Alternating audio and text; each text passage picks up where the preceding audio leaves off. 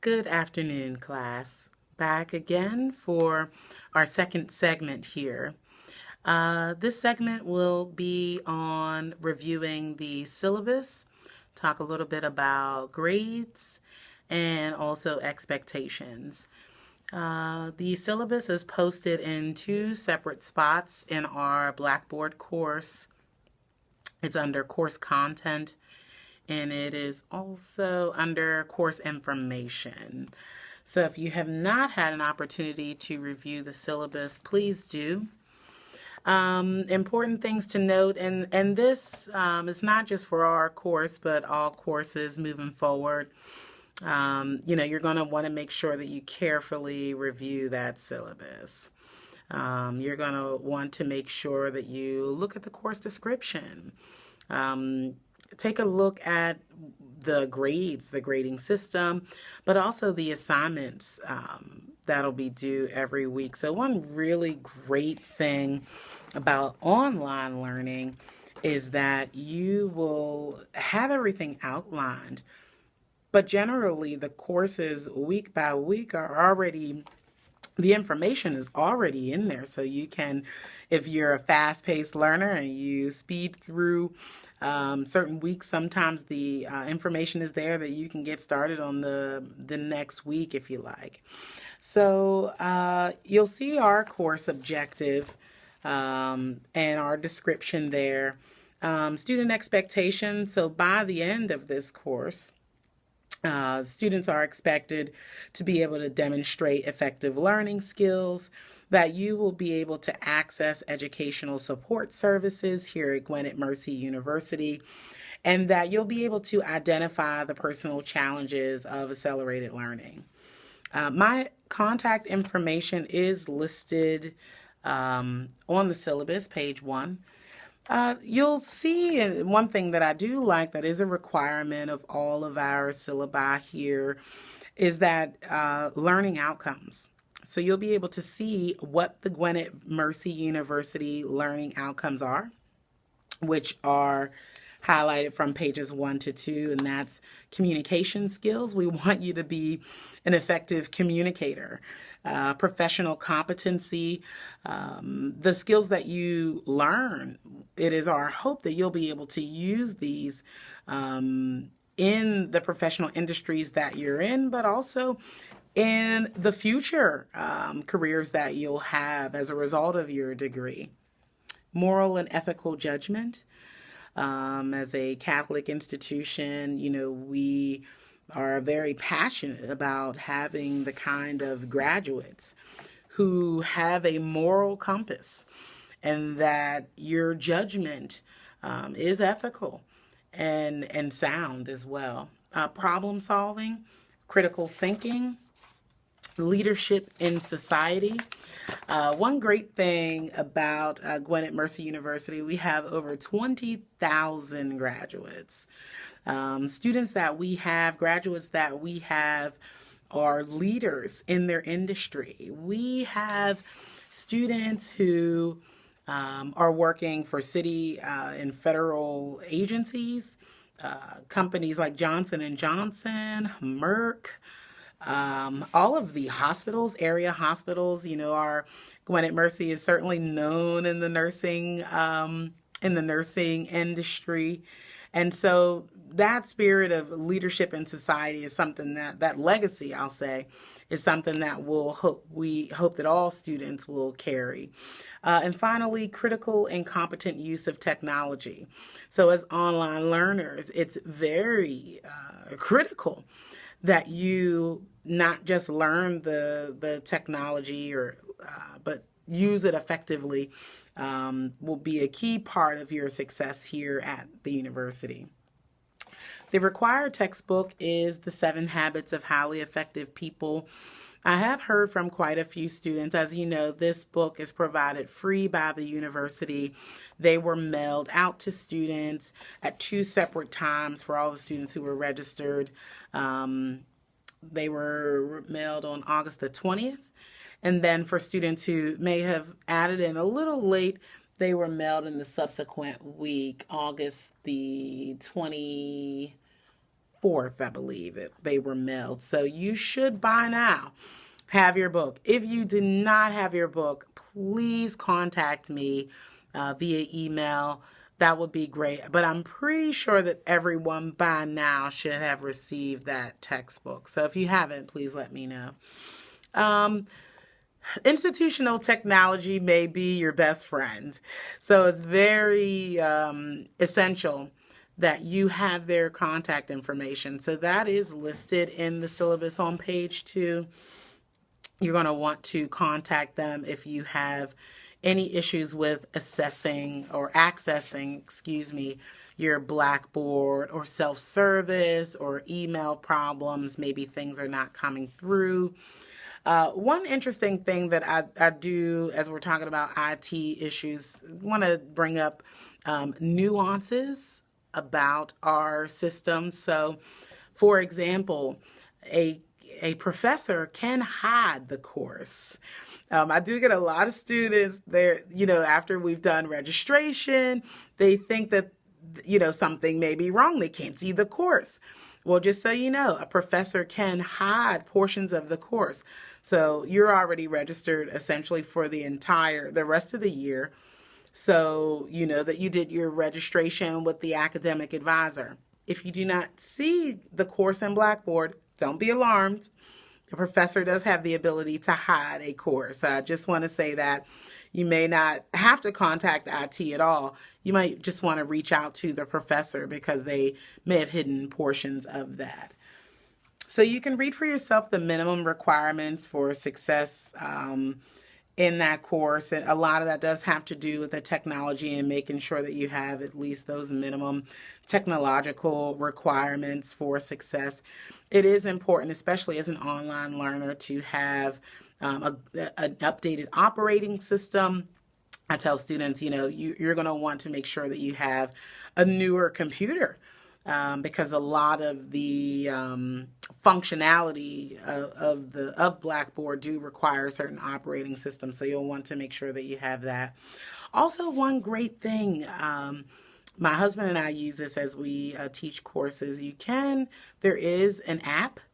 So there is an Adobe Connect app. I usually do recommend students use that. Some faculty do, or download that, Some faculty do have meetings and things like that with students through Adobe Connect. We did orientation. If you went through the online orientation, we did use Adobe Connect. And Blackboard also has an application as well. So if you do have an iPhone, iPad, or Android device, just know that you can download Adobe Connect and Blackboard as an application and use through your mobile devices, which is pretty cool. Take note of the academic integrity statement that is in the syllabus. Very important. Academic honesty is rooted in our values here at the university. You see students, especially in our day and age, the age of Google, it's easy to copy and paste and not give credit and assume that the professor will never know. As your instructor, I feel that it is critical for me to let you know that there are a lot of different software and applications out there for faculty to use to upload. There is one apparatus you can upload an entire paper. So we have a research paper in this course, for example. So I can upload a paper and it'll show me if there's anything in that search where you may have taken line for line and maybe didn't give credit. So you're just going to want to make sure that you are using, as we talked about, and that was one of the assignments, APA. That was one great note that everyone essentially knew, that it's very important to cite your sources. So just make sure that your work is your work. You don't want to get into any issues of academic dishonesty or plagiarism. That is something that we take very seriously here at the university. So just make sure that you're citing your sources properly and and not violating that academic integrity statement. So on to assignments. So all of your week 1 assignments at this point have been graded.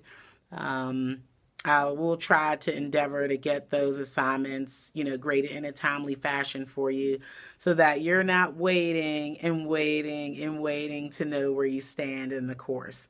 So you'll see the point values were assessed for discussion boards and also your introductions and also the Habit 1 proactive application, which we'll get to a little later.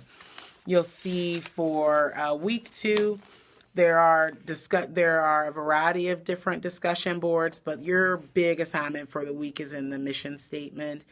And that'll come after you have read through Habit 2.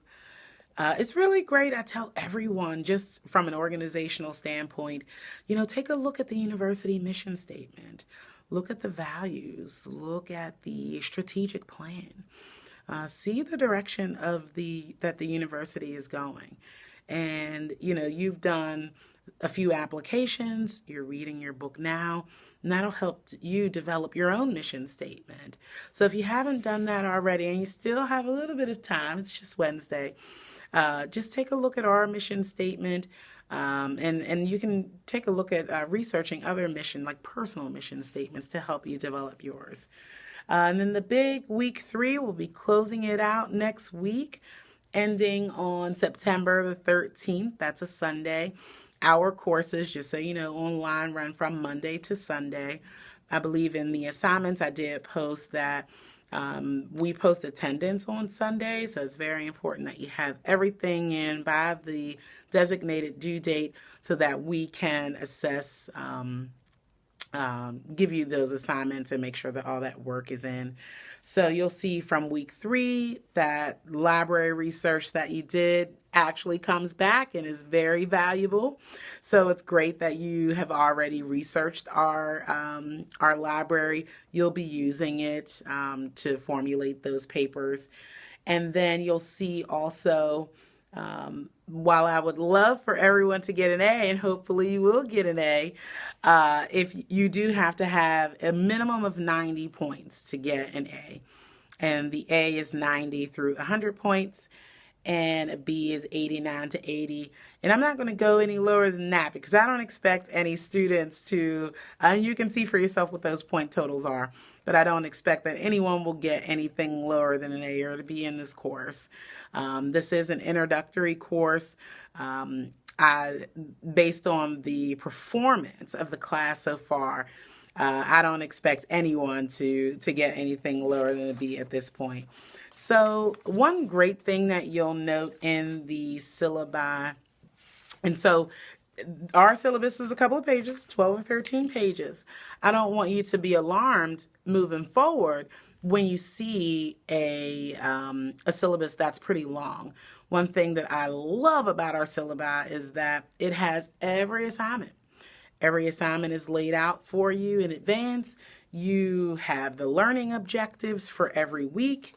You have your required resources that you need, the required activities. Everything is very clear. You should not have any challenges with ever understanding what is expected of you. So in this course, the expectations are provided. We're in week 2. I have noticed that the students, you guys have already started on the discussion boards, which are great. Make sure you take a look at the videos on goal setting.